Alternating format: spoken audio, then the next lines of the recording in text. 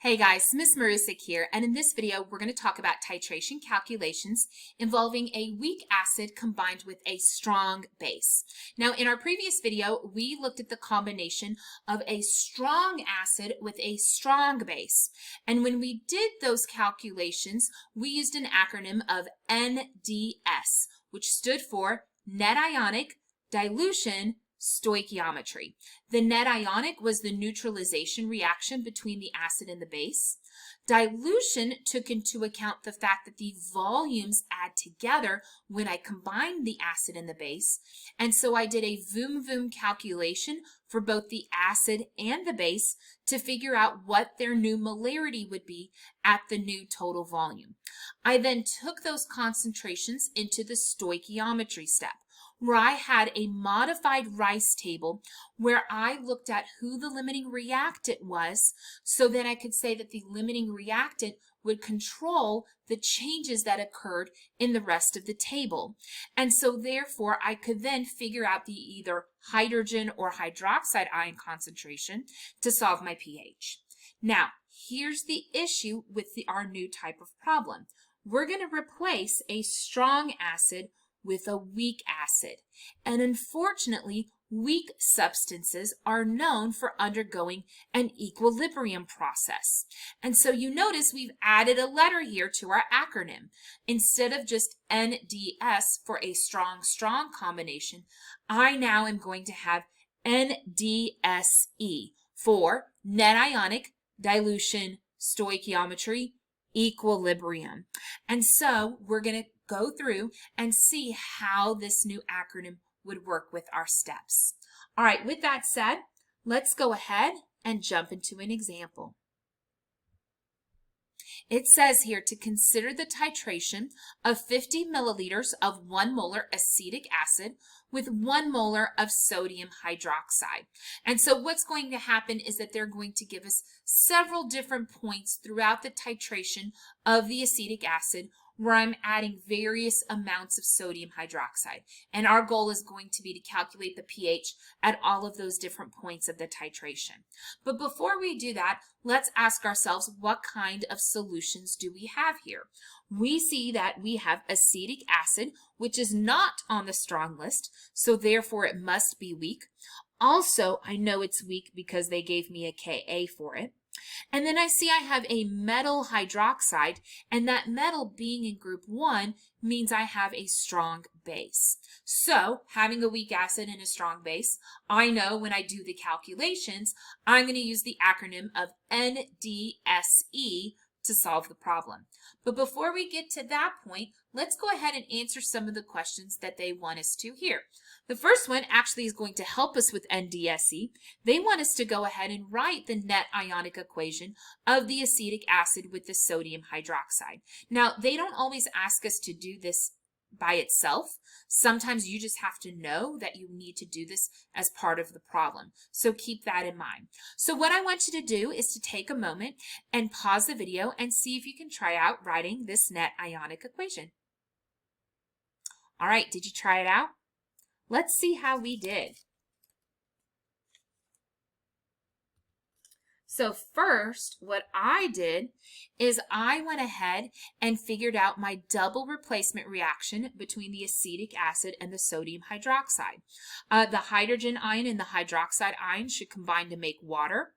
The sodium ion and the acetate ion would combine together to make sodium acetate. I also know that sodium acetate is aqueous because I have a group 1 ionic compound here. So in the next step, I'm going to break apart things that are aqueous, unless one of those pieces is a weak acid or a weak base. Here I had the weak acid, so I left it together. However, the strong base broke up into its ions, as well as our soluble ionic compound. We left the water together because it's a liquid. Now I notice that I have sodium ions on both sides of the equation, so that would have been my spectator ion here. And so I would have removed that off, and that would have left behind acetic acid plus hydroxide ions, yield water, and my acetate polyatomic ion. Now, these have kind of a set format to them. when I am reacting a weak acid with a strong base, what will always happen is in the net ionic, our weak acid will combine with the hydroxide, specifically from the strong base. The cation of the base will always be your spectator. That will always make water. And then the conjugate base of the weak acid. You notice when this weak acid loses an H+, according to Bronsted-Lowry theory, it would leave behind this acetate.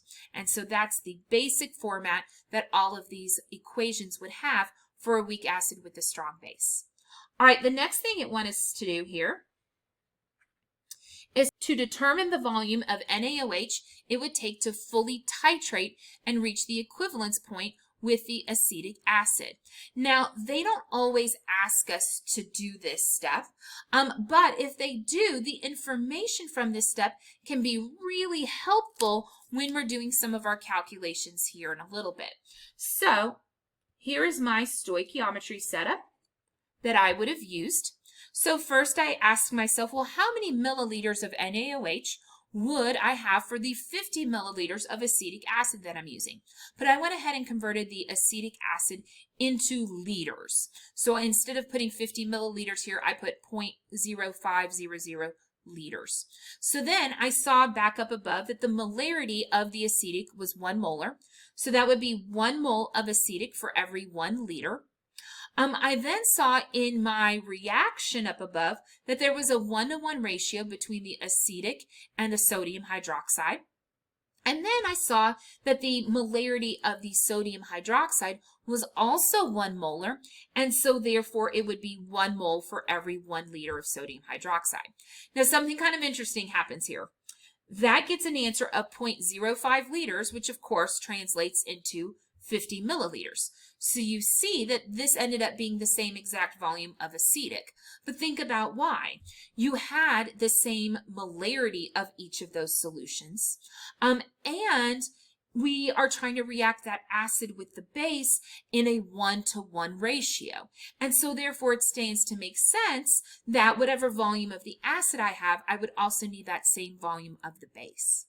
All right, let's go ahead and flip the page and start looking at the different steps we would utilize in these titrations.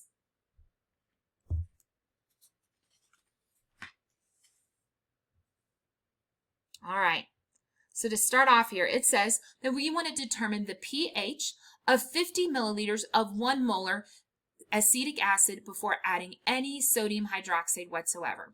And they go ahead and re-give us the information of the Ka value for the acetic acid here.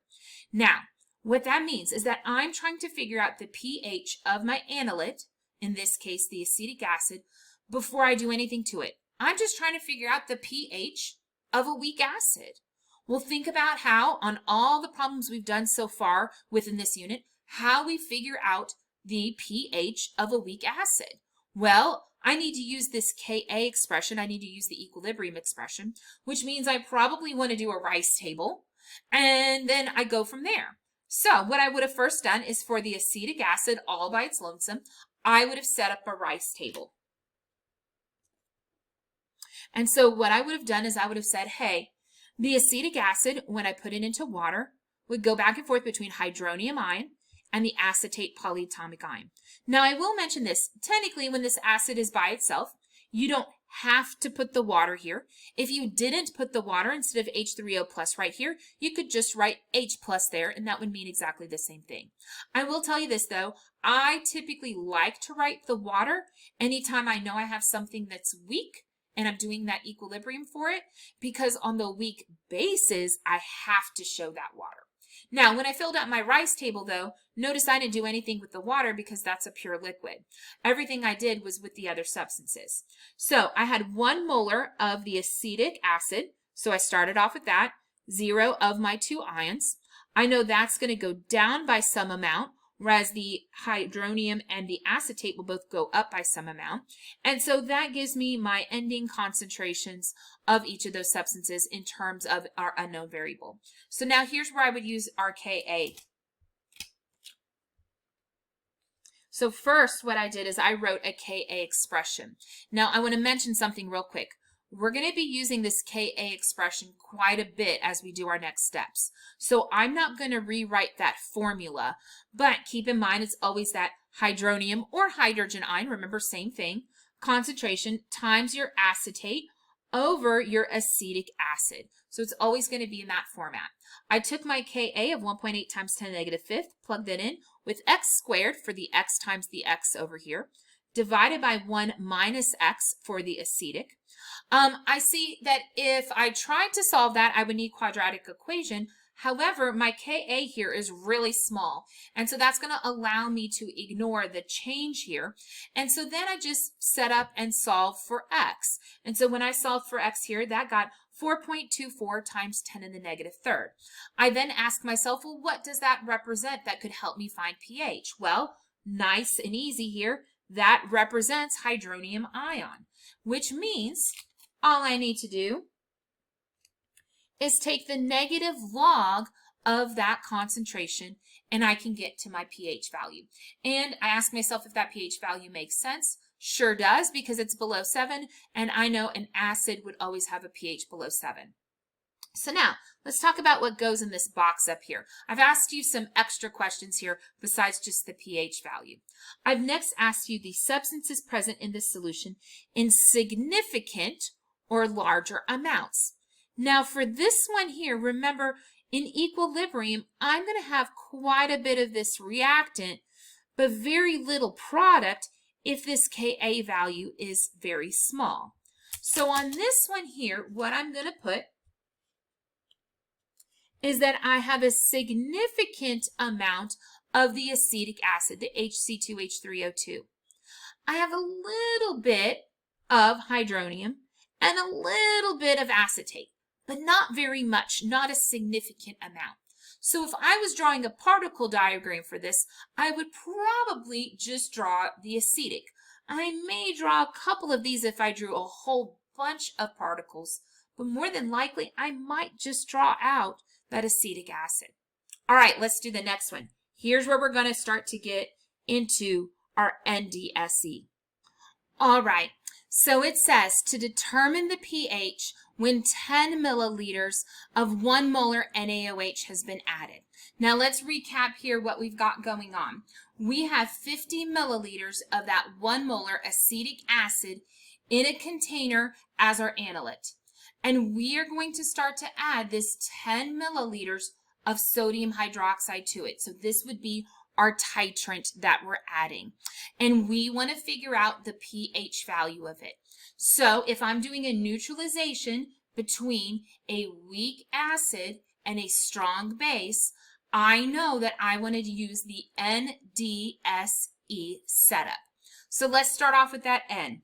N is, of course, our net ionic, which we wrote on the previous page. So I'm going to just bring that over here in this dark purple. So that would be the HC2H3O2. So that's the weak acid of acetic plus the hydroxide from our strong base. So that's from the NaOH. By the way, we didn't write sodium because that was our spectator ion. Then I have water here from the neutralization. And I also have the conjugate base of the weak acid. So that's my acetate polyion here. All right, so there's the net ionic. Next step would be dilution. Obviously, I originally had 50 milliliters of acetic and 10 milliliters of sodium hydroxide. So I need to add those together, and that gets me a new total volume of 60 milliliters. So I now want to figure out what are my concentrations at that new total volume.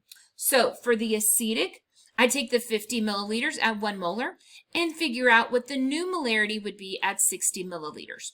That gets a molarity of 0.883 m.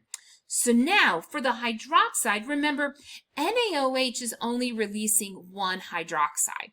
So the information I have here of volume and molarity also applies to the hydroxide by itself. And so therefore I have 10 milliliters of 1 molar hydroxide, but I want to figure out what the concentration would be at 60 milliliters. And that comes out to 0.167 molarity.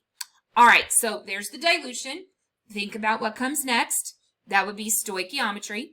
Now, again, we're going to use a modified rice table here. It's essentially a rice table where I'm not doing equilibrium. Instead, I'm using stoichiometry and limiting reactants for my rice table. So think of it as basically a stoichiometry rice instead of an equilibrium rice, and that might help. So what I want to do is pick out the limiting reactant. Well, these are in a 1-to-1 ratio here. And so therefore, if I have less hydroxide than I do of acetic, then hydroxide is going to limit this reaction. And I'm going to use all of that up. But that loss of hydroxide will also be the loss of acetic acid over here. So it's going to go down by the same amount, except that I'm going to have some remaining at the end. I'm going to have 0.666 molarity left of it over. Now, water, I don't really care about. It's a pure liquid. And even on the stoichiometry, I don't really care about it because if it's pure water, it has no molarity. So I'm going to move on to the acetate. Acetate was originally 0. I didn't have any of it to begin with because it's a product. But if these went down by this value, and it's a 1-to-1-to-1 ratio, it must go up by that same value. So at the end, I'm going to have 0.167 molarity of the acetate. So now, we've done the same steps we did with a strong combination, a strong acid with a strong base. But notice the problem here. Normally, I want to find pH, right? Well, to solve that, I need either OH concentration or H plus or H3O plus concentration. I don't have either right now. I used all the hydroxide up, and I haven't made hydrogen or hydronium ions yet. So here's where the last step comes in, the E for equilibrium. Now, technically, we have two substances capable of equilibrium. I have the weak acid, but I also have this conjugate base. But here's the rule. If I have some of the reactant left, always use the reactant in the equilibrium first, okay? If I don't have reactant remaining, then I can use that product. Part of the reason has to do with the fact that this happens to be a stronger participant in this process than the conjugate, okay? So that's why we care more always about the parent substance, the reactant, than I do about the product. But if I have no choice, then we'll go figure out what the product is doing. All right, so what that means, I need to set up an equilibrium with that acetic acid. And that equilibrium is going to look very, very similar to the previous problem we did. So this is my equilibrium rice table. I'm taking the acetic acid, and just like we did above, we say, hey, this is going to interact with the water because there's water in this aqueous solution. And when it does so, it's going to make some hydronium ion and some acetate polyatomic ion. Okay? Now, this rice table is equilibrium. It's not a stoich where I have a limiting reactant. So here, with doing equilibrium, I'm not going to lose all of that acetic acid. I'm only going to lose a little bit of it. Over here on hydronium, I'm going to gain a little bit of it. Now notice something really interesting. I see this acetate polyion just like I do up here. So the way I'm going to address that is by putting the 0.167 here as a starting molarity. I now know that I have some of that to begin with. So now I'm going to do my changes. Okay, I'm going to have minus x plus x plus x. And so then I have my equilibrium concentrations. So now, just like we did up above, I'm going to plug that information into my Ka expression. Okay, now I'm not going to rewrite this Ka because it's the same Ka, but I am going to plug into it. Okay, so when I plug into it,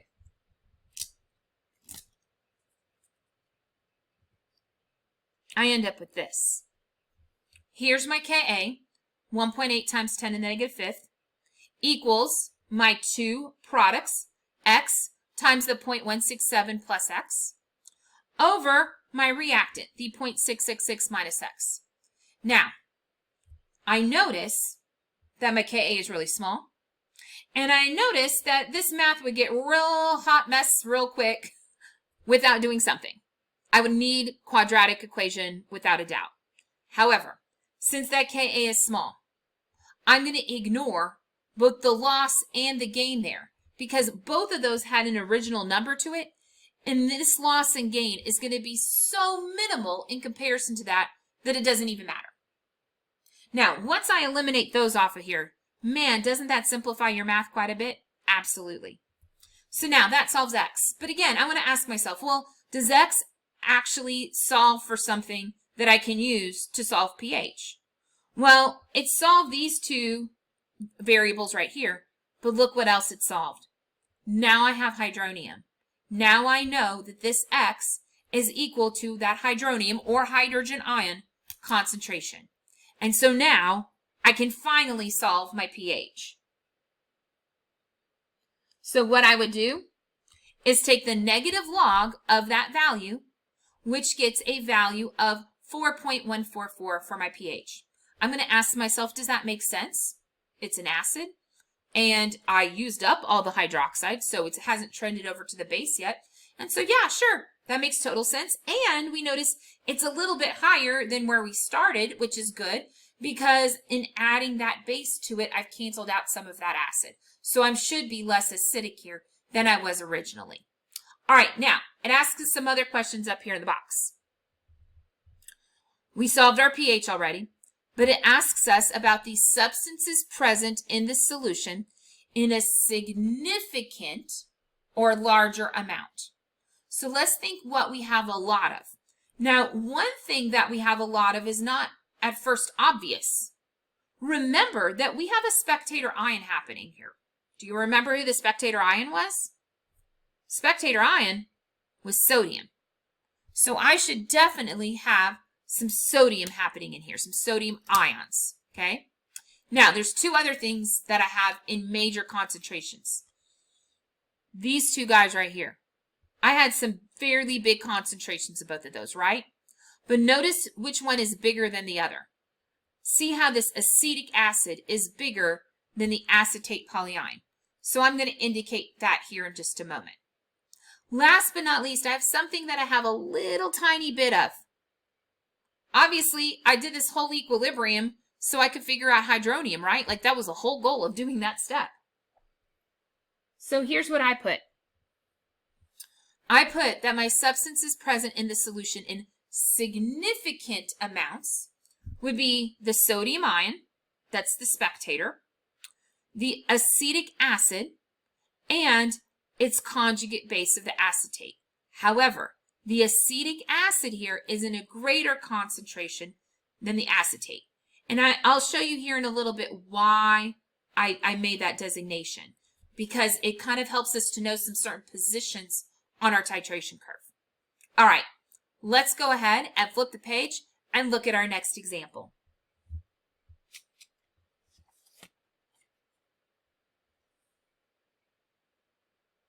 All right, it asks us to determine the pH when 25 milliliters of 1 molar sodium hydroxide has been added. And again, I'm adding that amount to my analyte. So as a reminder, for my analyte, I had 50 milliliters of 1 molar acetic acid with a Ka value of 1.8 times 10 to the negative fifth. I went ahead and rewrote that information on here since it was on a previous page. So I want to ask myself, well, how would I do this? I know it's a neutralization reaction between an acid and a base where I'm trying to find pH. I know this is a titration. Also, I know I'm not yet at the equivalence point. And so I know I've got to do something here to kind of figure out what's happening. And so I'm like, well, hey, weak acid, strong base, let's do our NDSE. So what's the first step of NDSE? Oh, you know, net ionic equation, right? So let's go ahead and look at that here. So my net ionic equation is still the same as it was. I have my acetic acid, my weak acid, combining with the hydroxide from the strong base. Again, I'm not showing the sodium ion because it is our spectator. The acid and the base combine to make water. However, since we had the weak acid, we're also going to end up with the conjugate base here of it. So that's why we have the acetate polyatomic ion there. All right, so that was the first step, net ionic. What comes next? Dilution, right? How do we do a dilution? Voom voom it, right? Okay, so I need to figure out what that new total volume would be. So as a reminder, I had 50 milliliters of acetic. I also had 25 milliliters of NaOH. So I would add those together in order to figure out my total of 75 milliliters. All right, so now I want to do the voom voom. And so I would say, hey, for the acetic acid, I started at 50 milliliters at 1 molar. I want to know what the molarity would be at 75 milliliters. That gets us a molarity of 0.666. So now I do the same thing with the hydroxide. Now, there's only one hydroxide in the sodium hydroxide. So that means this information is also true about the hydroxide itself. And so therefore I would have 25 milliliters of 1 molar hydroxide. And I want to figure out what the molarity would be at 75 milliliters. That gets a value of 0.333. So I did both my voom vooms, so I took care of dilution. All right, what's the next step? Stoichiometry, right? So remember, with stoichiometry, I'm doing a modified Rice table. It's a Rice table that I'm not worried about equilibrium, so I'm going to use all of something up. Whatever my limiting reactant is, that's going to all be gone. And so then I can use that change to figure out the change of everybody else. So with that said, I noticed that the acetic and the hydroxide are in a 1-to-1 ratio, yet I have less of the hydroxide. So that must mean it's my limiting reactant. And so therefore, I would lose all that I had of it. I'm going to lose that same amount of the acetic. Again, it's in a 1-to-1 ratio. And so that would leave me with 0.333 of it at the end. Now, water, I don't care about. It's a pure liquid. It's not going to have a molarity. So then I'll talk about this acetate here. It was originally at 0, but being a product, it's going to gain that 0.333. And so that's going to leave us with 0.333 molarity at the end of this. However, let's think about the goal of this problem now. The goal is to solve pH, right? Well, to do that, I need either hydroxide, which, oh wait, I used all of that up, or I need hydrogen, hydronium ions to figure this out. I don't have that yet, so that means I need one more step. What's that last step? Equilibrium, right? I'm going to set up an equilibrium Rice table. Now, technically, both of these participate in that equilibrium. Okay, but if I'm picking one to use to write my reaction, to base my equilibrium off of, I'm always going to pick my reactant substance unless there is none available. Okay, if this had all been gone, then I might need to use the acetate, but since there's some here, I'm going to write this for acetic acid. Okay, so I know that acetic acid will do an equilibrium where it ends up making hydronium and the acetate from water and itself. Okay, so this is that same equilibrium reaction that we've been utilizing for the acetic acid. So then, just like before, I'm going to bring down my concentrations that I know I already have. For the acetic acid, we figured out we had 0.333. For the acetate, we also had 0.333. Which that's going to be important here in a little bit. We're going to talk about that. I can see, though, I had no hydronium to begin with, and that's the whole goal. I want to figure out this hydronium so I can get to my pH value. So I know that that has to gain, which means my other product will gain. However, my reactant will lose concentration. So now that I have my equilibrium concentrations, I can now plug into my Ka expression, utilizing my Ka value for the acid of 1.8 times 10 to the negative fifth. So that's what I have here. So again, I didn't rewrite the Ka formula expression. I just plugged into it. So here I had my 1.8 times 10 negative fifth Ka. I had my two products over my reactant raised to their coefficients, but their coefficients were all 1. I see that we had some changes happening here that would make this really complicated with math. However, this Ka is really small. So what that means is when I have these starting values and I know these changes are going to be super tiny, I don't really care about those changes. Now, I do care about hydronium. I can't cancel that out.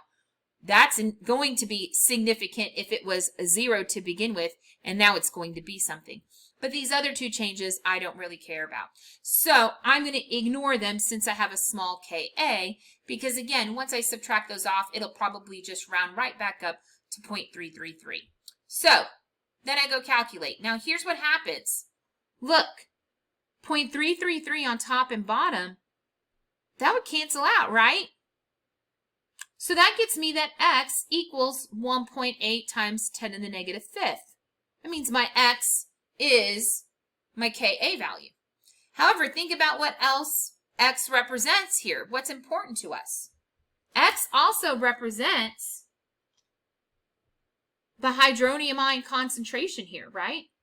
That's what we were trying to solve. That was the whole point of doing this problem, was to get that hydrogen ion concentration, or hydronium. So think about this for a minute. If the x equaled the Ka and the x equals the hydronium, then that means hydronium equals Ka at this point. Now there's another equality we can write here in just a second. So what I would do is, to get my pH, I would take the negative log of that 1.8 times 10 to the negative fifth. Well, taking the negative log of H3O plus, or an H plus, we would call pH. Taking the negative log of a Ka, I would call the pKa. So what that means is that at this specific point, the pH equals the pKa. I also notice at this specific point that the concentration of the acid and its conjugate base were equal. So some kind of interesting things are happening here. These things happen at what is called the half equivalence point for my process. Now let me talk about the half equivalence point for a minute. What does that mean? It means that this is the point when I'm perfectly halfway to the equivalent point, which makes sense, right? If the half equivalence is halfway to the equivalence point. Here's why I'm halfway. Do you remember back when we did that stoichiometry thing on the very, very first page of this, and we figured out how much we need to titrate? We said that we needed to use 50 milliliters of NaOH, right? Well, look, we're at half of that. So we're halfway there. So some very important things happen here. pH equals pKa. My acetic and my acetate, my acid and my conjugate base equal each other. Now I still have sodium, right? I still have my spectator. I also technically have a really, really tiny amount of that hydrogen ion, but it's in such an insignificant amount that I would not show it on a particle diagram. I would show these other things on my particle diagram, but not that H3O+. All right, so half equivalence point is kind of an interesting piece there. All right, let's keep on going in our titration. Let's add a little bit more base. So next, we want to determine the pH when 35 milliliters of 1 molar NaOH has been added. Okay, so again, guess what steps we're going to use? Oh yeah, NDSE hasn't changed, right? I'm still going to be using that same 50 milliliters of 1 molar acetic along with this, okay? So think about what step comes first. Net ionic, right? So again, I have the HC2H3O2 plus the hydroxide ion yielding water and the acetate polyatomic ion. Net ionic equation here has not changed, okay? Next would be my dilution. I need to voom. Well, in order to voom, I need my total volume. I had 35 milliliters of sodium hydroxide here, but then I had that 50 milliliters of acetic that I keep adding to. So that would give me a grand total of 85 milliliters. All right, so for the acetic, when I voom it, 50 milliliters at 1 molar, I want to figure out the molarity at 85. that gets a value of 0.588 molarity. For the hydroxide, again, the sodium hydroxide only having one OH, this information is also true about OH. So the 35 times the 1 molar would equal the 85 milliliters along with the unknown molarity. So when I solve for that unknown molarity, that gets 0.412 molar. Okay, so that covered D, dilution. What comes next? Oh yeah, stoichiometry, right? So I want to do my modified Rice table where I'm looking at limiting reactants. So I want to figure out who limits here. And when I look at my two values, I notice that, hey, I still have a little bit less hydroxide. However, are you starting to notice that these numbers are getting closer and closer and closer together here? Oh yeah, that means we're getting closer and closer to our equivalence point, right? We're getting there. We're not quite there yet, right? Okay, so being limiting, I'm going to use all of it up. That means that the acetic acid is also going to go down by that amount, which brings us down to 0.176 molarity. Water, I don't care about.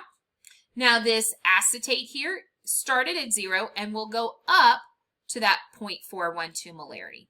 All right, so now we did the N, the D, and the S. Let's ask ourselves if we need the E, okay?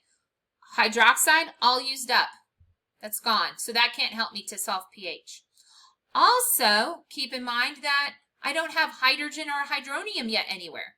So that wouldn't help me to solve pH. So what that means is I must have an equilibrium step here. So which of these do I use to write that equilibrium? Well, of course, I'm going to write an equilibrium expression here for that acetic acid. I'm going to use that Ka, so I want to still use that same dissociation equation of the acetic in water. All right, so here we go. Here's the E, here's the equilibrium. I have my acetic in water making hydronium and the acetate. However, I had values for both of those substances. So again, I bring those down into the table here, but I'm starting with no hydronium ion. So next I say, okay, well, if I have no hydronium, I definitely need to shift to products here. Okay, I need this to go up. So if this goes up by X, this other guy goes up by X here. Okay. However, my acetic will go down by X because it's on the other side. And so here are my equilibrium concentrations. So now I'm going to plug those in to my Ka expression. Now, I still have the same Ka value because it's still acetic acid. So we're going to have that 1.8 times 10 to the negative fifth. We're going to have our two products raised to their coefficient of 1 over the reactant raised to its coefficient of 1. Again, I noticed some changes here, but if I try and use those changes, I would need quadratic equation to solve. And I noticed that our Ka is very small. So yet again, I get to ignore those changes. Fabulous, right? We like that. So then I would solve for X. That gets that X equals 7.69 times 10 to the negative 6th. Okay. What does that X represent? Well, of course, it represents these changes here, but more importantly, the whole point of doing this problem is that it represents H3O+, which I can use to solve pH. So, if H3O+ equals that 7.69 times 10 to the negative 6th, I can take the negative log of it and get the pH. That would give me a pH of 5.114. By the way, do we see how that pH is starting to inch higher and higher and higher? Oh, yeah. So, let's fill in our box. All right, so we've got our pH value in there, 5.114. Substance is present. Sodium's always present. That's our spectator ion, so it's still in there. Then, we had significant amounts of the HC2H3O2 and significant amounts of the acetate, the C2H3O2 negative 1. Again, those significant amounts should be existing here in your original net ionic equation. However, when I did my equilibrium, I did make a tiny bit of hydronium ion, enough that I could calculate a pH from it. And so I put that is an insignificant amount, a tiny amount. So I would not have drawn that on a particle diagram, but I definitely would have drawn these other ones. Notice I also put the indication that now, since we've passed beyond the half equivalence point, I now have more acetate than I do of the acetic acid. All right, let's go ahead and flip the page and talk about the most challenging one out of all of these. And you're like, oh, great. All right. It wants us to determine the pH when 50 milliliters of 1 molar NaOH has been added. Now, if that volume sounds familiar, think back to a calculation we did on the very first page. We calculated that to react all of this acetic acid, that it would take 50 milliliters of the 1 molar sodium hydroxide to do so. That's right, ladies and gentlemen. We have finally reached our equivalence point. Now, here's the deal. On strong acids and strong bases, the equivalence point was super easy. Its pH was always 7, right? That is not the case when you have these weak, strong combinations. The pH is no longer 7 at the equivalence point. Why? Because you have some conjugate left. And that conjugate, unfortunately, can do equilibrium. So let's go through our steps just like always. NDSE, right? N, net ionic. So, same net ionic we've been utilizing. I need the HC2H3O2 plus the hydroxide ion yields water and the acetate ion. Again, that net ionic still hasn't changed. What's the next step? Dilution. To get our dilution, we need our total volume. We had 50 milliliters of the acetic. We had 50 milliliters of the sodium hydroxide. Add that together, that gets 100 milliliters. To finish the dilution, I need to voom this. So I voom my acetic acid. The 50 milliliters at 1 molar, I want to figure out the molarity at 100 milliliters. That gets a value of 0.5 molarity. Then I do the same thing for the hydroxide. I say, hey, hydroxide came from sodium hydroxide. It's a 1-to-1 ratio, so this information of 50 milliliters in 1 molar, I can use here on voom. That would give us some new molarity at 100 milliliters. That molarity is a weight, 0.5 molar. So here's the deal. Let's say that you didn't do that stoichiometry on the first page. You did not know this was the equivalence point before you started. Once you get to this step here and you see that the acid is being perfectly canceled out by this strong base, then that means you've reached the equivalence point. So you could have figured it out even if you hadn't done that work on the first page. Now, here's the issue. Right here, our conjugate base to that weak acid, it goes up by 0.5. So now I have some concentration of that conjugate at the end that I'm going to have to deal with. That conjugate can make an equilibrium formula. Ugh, right? So here's where I do my E step, okay? I can't do it anymore with anything on the reactant side because there's none of it left. I have to do this equilibrium with my product now. I don't have a choice. But here's what we have to remember. Remember what I've been calling this. I've been calling it over and over again, the conjugate base of this weak acid.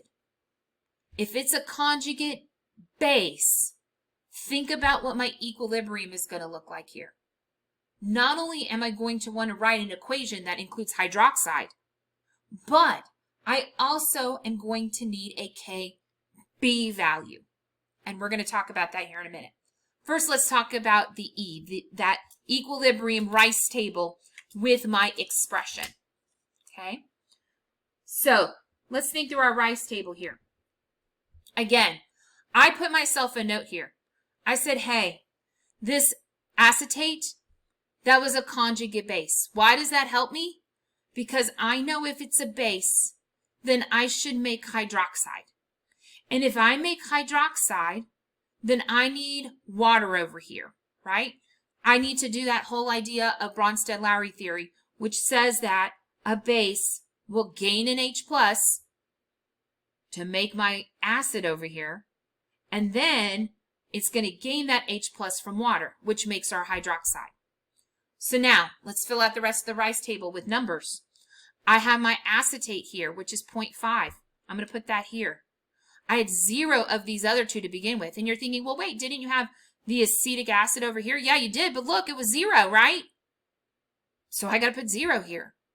So now, this is going to lose. These guys have to gain. It's all 1-to-1 ratios. So it's all X.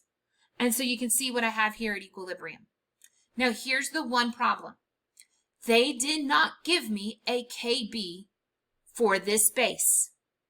I got to write Kb, right? I have hydroxide. I got to write a Kb. But think about what I do have.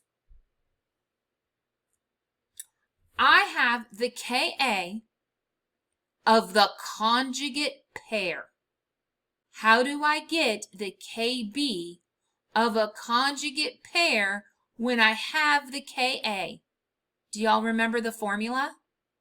Kw equals Ka times Kb, right? So let's talk about our math here. Remember how I said this is the trickiest one? Here's where that tricky comes in. All right, so let's look here. First, I wrote a Kb expression. Why? Because I haven't written one yet for this. I've been writing Kas, so I wanted to make sure that I got my setup correct here for this. Okay, so I have my two products over my reactant. Water doesn't get included because it's a pure liquid. So that's how I got my setup here. But remember, I don't have a Kb value yet. What do I have? I have a Ka value for the conjugate. So I need to get that value. Well, the way I get it is by saying that the Kw equals Ka times Kb for a conjugate. Don't forget that formula is on the formula chart. They just don't tell you that that applies to a conjugate pair, okay? So what I did is I rearranged for Kb. I said, well, hey, that means Kb would be Kw over Ka. So look what I plugged in over here. Now, you could solve this before you plug it in. You don't have to plug it in like I did here, okay? What I did is I said, well, hey, my Kw is 1 times 10 to the negative 14th, because I assume I'm at 25 degrees Celsius. My Ka value was 1 times 8 times 10 to the negative 5th. And then I just plug in my x and x for x squared over my 0.5 minus x. Remember, we say that the Kb is probably pretty small, and so I'm going to ignore that minus x because otherwise I need quadratic equation, and we don't have time for that. We already got enough work to do on this, right? So when I solve, that gets me an x equals 1.67 times 10 to the negative 5th. All right, let's think about what x represents here. X represents this teeny tiny bit of acetic acid that I'm actually going to go back and make, which is kind of funny because we said that it kind of got canceled out. Well, we end up making a little minuscule amount of it. Not anything to sniff at, but technically you have some there, okay? More importantly, though, this tells us hydroxide, because hydroxide's what I need to solve pH. However, just like before, do I have a calculation that goes straight from pH to OH concentration? Nope. It needs two formulas, right? And you're like, good gravy, this never ends, right? This is literally the problem that never ends. All right, so I have my OH equals this value here. That means my POH, I would negative log it. And then I would do 14 minus that POH to get my pH, which, hallelujah, finally gets me my pH of 9.223. So, coming up here to my box, here's what I can plug in. I know that first off, this is the equivalence point, so I made myself a note about that. I know at this equivalence point, I have a pH value of 9.223. We just calculated that. Substances present in the solution in a significant amount. A significant amount, I have this acetate, and I have the spectator ion I always have. I have that sodium. Now, what causes this pH to be slightly basic when it's at the equivalence point instead of being at 7? It's this conjugate base. Because what it will do is it'll make a teeny weeny tiny amount of OH that throws this whole solution to be basic, even though the acid and the base canceled each other out here. That conjugate base is our problem child. Okay? Whew, that was a doozy of a problem. We've got one more on here, but the good news is this is the easiest one out of all of them. And you're like, oh, thank goodness. I need an easy one after that one. Once you pass by the equivalence point, something cool kind of happens. Okay? It says here, I want to determine the pH when 70 milliliters of 1 molar NaOH has been added. Okay. I know I'm putting a weak acid with a strong base, NDSE it, okay? Net ionic, surprise, surprise. Same net ionic I've been dealing with, right? HC2H3O2 plus OH yields H2O plus C2H3O2. Same exact thing. What's the next step? Dilution. I have the 50 milliliters of the acetic plus the 70 milliliters of the NaOH. That's going to give me 120 milliliters. Okay? Now I got to voom it. So, for the acetic acid, 50 milliliters at 1 molar, I want to figure out what it would be at 120. That's going to get me a molarity of 0.417. For my hydroxide, I would have 70 times the 1 molarity. I now want to figure out what that molarity would be at 120. That molarity ends up being 0.583. But look what happens here now when I do my stoichiometry piece of this. Who's my limiting reactant now? Well, now that I've passed by the equivalence point, I used up all of that acetic acid. It's gone. So now I just keep on putting more hydroxide into it. All the hydroxide is in excess. So when I do my subtraction here, I'm left with some hydroxide. Now, do I technically also make some of this acetate over here? Yeah, sure, I make some of it, right? Okay. But look what happens. Do I have information right now that I can use to solve the pH? Oh my goodness. We finally have OH, right? I've never had hydronium or hydrogen ion by itself, but now I have hydroxide by itself. So, hallelujah, I don't need to do an equilibrium here. After I pass by the equivalence point, I no longer need to address the equilibrium. Thank goodness, right? So, that means that all I would need to do is negative log my OH to get my POH and subtract it from 14 to get my pH. Now, for those of you thinking, well, wouldn't this acetate here still do an equilibrium? Okay, yeah, sure. It might make a little bit of OH, because, I mean, like in the previous problem, it made a little bit of OH. But that amount of OH is so insignificant, it's so tiny, that it really wouldn't even change this amount here. To prove my point on that, look back here. When I had 0.5 molarity of that ion, and I did all this work, I only ended up making 1.67 times 10 in the negative fifth of that OH. Teeny tiny amount, right? Okay, well then here, I made even less molarity of it. So that means that OH, its contributing would be even smaller. So in the grand scheme of this math here, it doesn't even matter. All I have to do is calculate the OH. Remember, I always calculate with reactants if possible. I only resort to calculating with the product if I don't have a reactant I can use. Okay? So now, let's talk about our box over here. We calculated the pH value to be 13.220. Substances present in the solution would be sodium ions, as always, that spectator's in there, hydroxide ion, and our acetate. There wasn't any in a tiny amount, because remember, those tiny amounts are always coming because of the equilibrium, but I don't have an equilibrium here. Okay, y'all, we're almost done. Last page of this. Let's talk about a titration curve real quick. An indicator. First off, if I was picking an indicator for this process, remember where my equivalence point was at. My equivalence point was above 9. So it wants to know which of these indicators would be best to use. Well, I want one that's going to change color around my equivalence point. That would have been this thymethylene.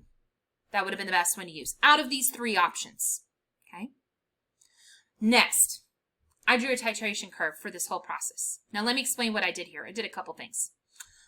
First off, I labeled my axes. Notice it's the same labels we did on the strong titrations. It's no different. Next, I also labeled my dots here for each of the pieces that we calculated along the titration curve. Now, I'm going to tell you something real quick. I know we're starting to freak out. You're like, holy mother, there's been so much work in this. Like, do I have to do all of this on the free response of the AP test? No. They would probably ask you about 1, maybe 2 of these titration points and ask you to calculate. But here's the problem. You don't know which one they're going to ask you, right? And did you notice how there was a little bit of difference in each of those little pieces that we calculated? So that's why I wanted to run through all of them with you. I know you're sitting here thinking, oh my gosh, this video is almost an hour long. What in the world? But this is one of the most, intense things that we do in AP chemistry are these calculations, because there's so many variances to each one. And you never know which of these titration calculations they're going to give you. So we have to be familiar with how to do all of them, which is really frustrating and annoying, I know. Okay. So I marked on here each of the calculations we did. So this was the calculation we did in part C. This was before I added any NaOH. And then here's what happened as I increased that NaOH. Now remember, this was my equivalence point here. I should see a little bit of an increase there, like a sharp rise. It is not as distinct as what we saw on the strong titration curves. Now we're going to talk about these titration curves more on another day, but I want to highlight some of the things we indicated at these points. So first off, point C was before any base was added. All we had there was our weak acid. At point D here, when we calculated that, we said at that point that the weak acid was in a greater concentration than the conjugate base. When we got to E, this was the half equivalence point. And you can see that here. Our equivalence point was at 50 milliliters. That was only at 25. It was exactly half. And at that point, we said that the weak acid concentration is equal to the conjugate base concentration. Those two concentrations were equal at that point. We call this our half equivalence point, and something else interesting happened at that point. Our pH value equaled our pKa value. Remember, that was where the hydrogen concentration equaled the Ka, and so therefore the pH equals the pKa. We're going to use this to our advantage on another day, so we want to keep that in our brains to remember. Okay, part F here. That was a little past that half equivalence point. And at that point, the weak acid was in a lower concentration than the conjugate base. They flipped positions once we hit that half equivalence point. So then, at G, that was our equivalence point, right? And what happened there is that we had a conjugate base, but there was no weak acid. And what happens is that excess conjugate base is what causes the pH at that point to be basic. Some people on the AP test argue this in the incorrect way. They say, well, the pH is basic because I had a strong base and only a weak acid, and so that would make it basic at the equivalence point. But that's not how you argue this. You have to argue it because we had conjugate base that was remaining at that equivalence point.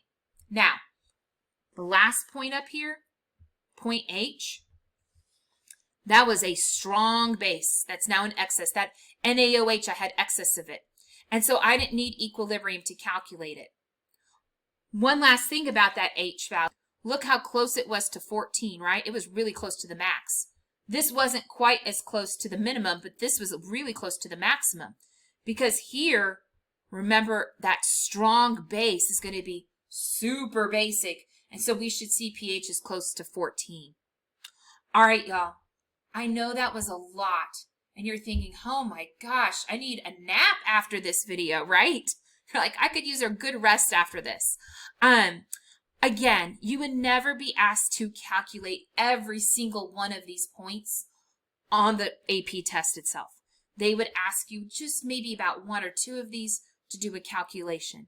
But they were so different, we needed to run through all of them to make sure we felt good with them.